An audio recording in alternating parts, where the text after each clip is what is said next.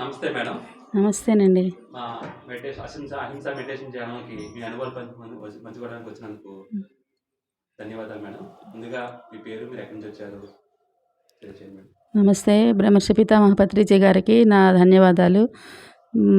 నా పేరు సుజాత అండి. మాది ప్రకాశం జిల్లా వేటపాలెం అండి. ధ్యానంలోకి 2007 సంవత్సరంలో ఒక పాంప్లెట్ ద్వారా ధ్యానం చేసుకుంటే సర్వరోగ నివారిణి, సకల భోగకారిణి, సత్యజ్ఞాన ప్రసాదిని అనే ఆ 3 పాయింట్స్ నాకు చాలా బాగా నచ్చి, అంతకుముందు నేను మామూలుగా గాయత్రి పరివార్లో ఉండి హోమాలు, పూజలు, మంత్రజపాలు చేసేదాన్ని అనమాట. అది చేస్తున్నా కూడా నాకు ఇంకేదో కావాలి అని మనసు అనిపించేది. అలాంటి మనసులో ఉన్న కోరిక ప్రకారం ఇది అందిందని నేను అనుకుంటున్నాను అనమాట. అమ్మవారే నన్ను ఈ దారిలో పంపించిందాననే నేను నమ్ముతున్నాను. అలా మాకు పక్కన చీరాల గ్రామంలో పిరమిడ్ కడుతున్నారు అని తెలిసిందనమాట. ఆ పిరమిడ్ ఓపెనింగ్ అని తెలిసింది. పిరమిడ్ ఓపెనింగ్కి వెళ్ళానమాట. అప్పుడు ధ్యానం గురించి చెప్పారు శ్రీనివాస్ గారని, చీరాల శ్రీనివాస్ గారని. అక్కడే నాకు నచ్చి ధ్యానం కొంచెం ఒకసారి నీళ్ళలో జారి పడ్డాను అనమాట. జారిపడి మోకాలు నొప్పితో ఉన్నాను. మోకాలు నొప్పికి 1 మంత్ నుంచి ట్యాబ్లెట్స్ వేసుకుంటుండే, ఏదో ఉపశాంతి ఉంటుందే కానీ పూర్తిగా తీసివేయలేదనమాట. అయితే మోకాలికి పిరమిడ్ అనేది పెట్టుకుని ధ్యానం చేస్తే నొప్పులు లాంటివన్నీ తగ్గిపోతాయి అని చెప్పారు. అక్కడ అవి స్టాలుల్లో అమ్ముతున్నారనమాట. వెంటనే ఆలోచించకుండా తీసుకెళ్ళి ఆ పిరమిడ్ మోకాలికి పెట్టుకొని రోజు 2 సార్లు ఉదయం సాయంత్రం ధ్యానం చేశాను. ధ్యానం చేస్తే వారం రోజులకల్లా తీసేసినట్టుగా నొప్పి తగ్గిపోయింది. నాకు చాలా నమ్మకం కలిగిందనమాట ధ్యానం మీద. అప్పుడు మేము ఆర్థికంగా కూడా చాలా ఇబ్బందుల్లో ఉన్నాము. ధ్యానం చేస్తున్న తర్వాత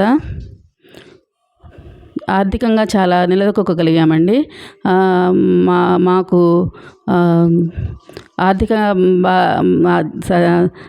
ధ్యానము సకల భోగకారిణి అని నా జీవితంలో రుజువు చేసుకున్నాను.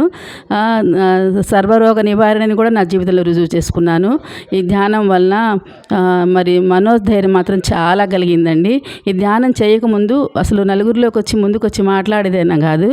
ఏది మాట్లాడని సైలెంట్గానే మనసులోనే ఉంచుకుంటాను కానీ ఎక్కడికి బయటికి వెళ్ళినా ఇంట్లోనూ బయట నోరు తెరిచి ఏది మాట్లాడను. ఈ ధ్యానంలోకి వచ్చినాక నాకు ఎంత మనోస్థైర్యం అంటే ఎటువంటి సమస్య అయినా సరే అది ఒక తామరాకు మీద నీటి బొట్టులా వెళ్ళిపోతుంది అని అనిపిస్తుంది కానీ అది నన్ను బాధించదు అనమాట. మానసికంగా బాధ లేకుండా మనకి ధ్యానంలోకి రాకముందు ఏంటంటే అది గుండెల్లో ఎంతో బాధ కలుగుతుండేది. ఏ విషయమైనా చిన్న విషయమైనా కూడా. ఈ ధ్యానానికి వచ్చినాక గుండె లోతుల్లో బాధ అనేది లేదు. అది వచ్చింది, అదే వచ్చింది, ఎట్లా వచ్చిందో ఈ ధ్యానం ద్వారా నేను పోగొట్టుకోగలను అనే ధైర్యంతో ఏ సమస్య అయినా కూడా అలా మా మనోస్థైర్యం చాలా బాగా వచ్చిందండి. ఇంకానేమో ధ్యానం చేసుకుంటుంటే ఆర్థికంగా చాలా బాగా మార్పు వచ్చిందండి. మేము అసలు అయితే ఆర్థికంగా నిల్లో ఉన్నామన్నమాట, మైనస్లో ఉన్నాము. ఈ ధ్యానంలోకి వచ్చినాక మళ్ళీ అన్నీ సంపాదించుకున్నాము. ఒంటి మీద గోల్డ్ సంపాదించుకున్నాము. ఆర్థికంగా డబ్బు అనేది ఇబ్బంది పడకుండా, దేనికి ఇబ్బంది పడకుండా చాలా బాగా అన్నీ పోయినాయి వచ్చినాయి అన్నమాట. మాకు పోగొట్టుకున్న ఆస్తి అంతా మళ్ళీ సంపాదించుకున్నాము. అలా భోగకారిణి కలిగింది. జ్ఞానం అంటారా, జ్ఞానంలోకి రాకముందు మనకు ఎవరేదన్నా కూడా అది వాళ్ళ వల్ల కలిగింది, వీళ్ళ వల్ల కలిగింది అని ఎదుటి వాళ్ళని నిందలు వేస్తాము. దీనిలోకి వచ్చినాక అది మనం చేసుకున్నదే, మనం గతంలో మనం ఏదో చేశాము, మనం ఈ ధ్యానం ద్వారా పోగొట్టుకోవచ్చుననే ధైర్యం చాలా బాగా కలిగింది. ఇంకా ధ్యానం ద్వారా మా అమ్మాయి అయితే పూణేలో జాబ్ చేస్తుండేది, సాఫ్ట్వేర్ జాబు. అప్పుడు 2012లోనమాట. అప్పుడు జాబ్స్లో నుంచి తీసేస్తున్నారని చాలా బాధపడింది నాతోటి. నీ గురించి నేను ధ్యానం చేస్తాను, నువ్వు నమ్ముతావా అంటే, నమ్ముతానమ్మా, నువ్వు చేసే ధ్యానం వల్ల నాకు మంచి కలుగుద్దని నమ్ముతాను అంది. నేను మా అమ్మాయి గురించి సంకల్ప ధ్యానము 2012లో మా అమ్మాయి ఆ జాబ్లోనే ఉంటుంది, ఆ కంపెనీలోనే ఉంటుంది, ఇంకా 2 సంవత్సరాలు ఆ కంపెనీలో ఉంటుందని చెప్పి సంకల్ప ధ్యానం 40 రోజులు చేశానండి. ఆ అమ్మాయి జాబ్ వాళ్ళ ఆఫీస్లో తీసేసినా కూడా ఆ అమ్మాయిని మాత్రం తీసేయలేదు. ఖచ్చితంగా 2014 దాకా ఆ కంపెనీలోనే ఉండి హైదరాబాద్కి కూడా వచ్చింది. 2014 నుంచి 15కి వచ్చి అదే 2012 నుంచి 13లో హైదరాబాద్ ఆ కంపెనీకే వచ్చింది మ్యారేజ్ చేసుకున్న తర్వాత. ఆ 14 కూడా ఆ కంపెనీలోనే చేసింది. అంటే విచిత్రం అనమాట. ఆ కంపెనీ పూణేలో కంపెనీనే హైదరాబాద్లో కూడా ఉండి జన్సార్ కంపెనీలోనే చేసింది. 14లోనే ఆమె ఆ కంపెనీ తొలగి ఇంకో వేరే కంపెనీకి తనంతట తాను వెళ్ళింది. కానీ అది చాలా అద్భుతం అనమాట. మా అమ్మాయి పెళ్ళిళ్ళు కూడా నేను కోరుకున్న సంకల్పం పెట్టుకొని ధ్యానంలో, అంటే నాకు 3 అమ్మాయిలు. కొంచెం ఏదో ఉంటుంది కదా అమ్మాయిల పెళ్ళిళ్ళు చేయాలని, వాళ్ళ గురించి సంకల్పం తీసుకునేదాన్ని. మంచి వరుడు రావాలి, మంచిగా ప్రేమగా చూసుకునే కుటుంబం వాళ్ళు రావాలని కోరుకొని ధ్యానం చేసేదాన్ని. పిల్లలకు కూడా అలాంటి సంబంధాలే వచ్చాయి. చాలా హ్యాపీగా ఉన్నాము. వచ్చిన అల్లుళ్ళకు కూడా కనీసం ఏదో టీ ఒక్కసారే తాగుతారు, కానీ టీ అలవాటు కూడా లేని అల్లుళ్ళు వచ్చారు. అది చాలా గొప్ప విషయంగా అనిపించేది నాకు. ధ్యానం వల్ల ఇలాంటి, అంటే ఈ రోజుల్లో చదువుకున్న పిల్లలు ఎటువంటి అలవాట్లతో ఉంటున్నారో చూస్తున్నాం కదా. అట్లాంటి లేని అలవాట్లు కన్నా అల్లుళ్ళు వచ్చారంటే ఈ ధ్యానం ద్వారానే నాకు వచ్చారని నేను చాలా నమ్ముకున్నాను. నాకు ఇంకా ధ్యానము ఎక్కడైనా పిరమిడ్లు కడుతున్నా కానీ నాకు నా ఆదాయంలో 10% ధ్యానానికి, వాటికి పిరమిడ్స్కి కానీ ఏదైనా ప్రోగ్రామ్స్కి కానీ నేను ఇస్తూనే ఉంటాను. పిఎంసి ఛానల్కి కూడా 1-10 లక్ష ఛానల్ నిలబడాలని చెప్పి నేను ఇంట్లో ఎవరికి చెప్పకుండా, మా పిల్లలతో కూడా చెప్పకుండా నాకు ఇవ్వాలనిపించి ఇచ్చేసాను. మా పిల్లలు కూడా ఒక అమ్మాయి ధ్యానంలోకి వచ్చింది. తను సంతానం కలగలేదని 4 సంవత్సరాలైంది మ్యారేజ్ అయ్యి. హాస్పిటల్స్కి తిరిగి ధ్యానం చేసుకోమని చెప్తుంటే వినేది కాదు.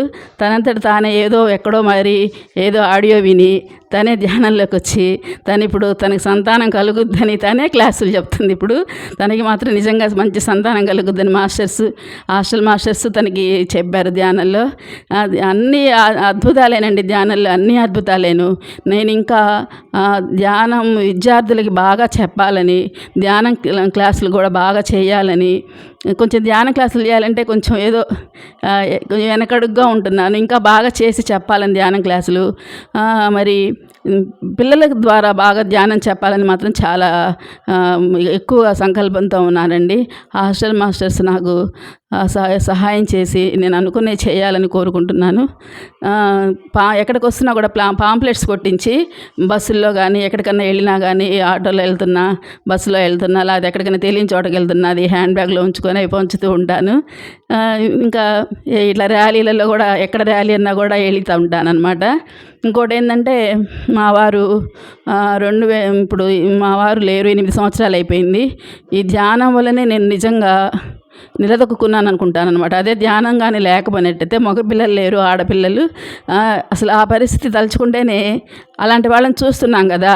ఈ ధ్యానం ద్వారా నేను అసలు నిజంగా ఎంత దృఢంగా నా అంతటా నేను బతకగలను చెప్పి నేను ఒక్కదాన్నే ఉంటాను ఇంట్లో. పిల్లల్ని అవసరానికి పండగలకి పిలుచుకోవడం, వాళ్ళ అవసరమైతే వెళ్ళడం, అట్లా అన్నీ ఒకళ్ళ సహాయం లేకుండా నాకు నేను నిలబడి ఉండగలుగుతున్నాను. అంతా ధ్యాన మహిమే. ధ్యానం అద్భుతం, అద్భుతం, అద్భుతం. మీ యొక్క అనుభవాలు ఏంటంటే మాకు చాలా రోజులు పడుతుందమ్మా. చాలా అద్భుతంగా, ఆనందంగా, ఆహ్లాదంగా ఉన్నాయి మీ అనుభవాలు మాతో షేర్ చేస్తున్నందుకు అహింస మెడిటేషన్ ఛానల్ తరపున మీకు ధన్యవాదాలు, కృతజ్ఞతలు తెలుపుకుంటున్నాను. థ్యాంక్ యూ అమ్మా. Thank you.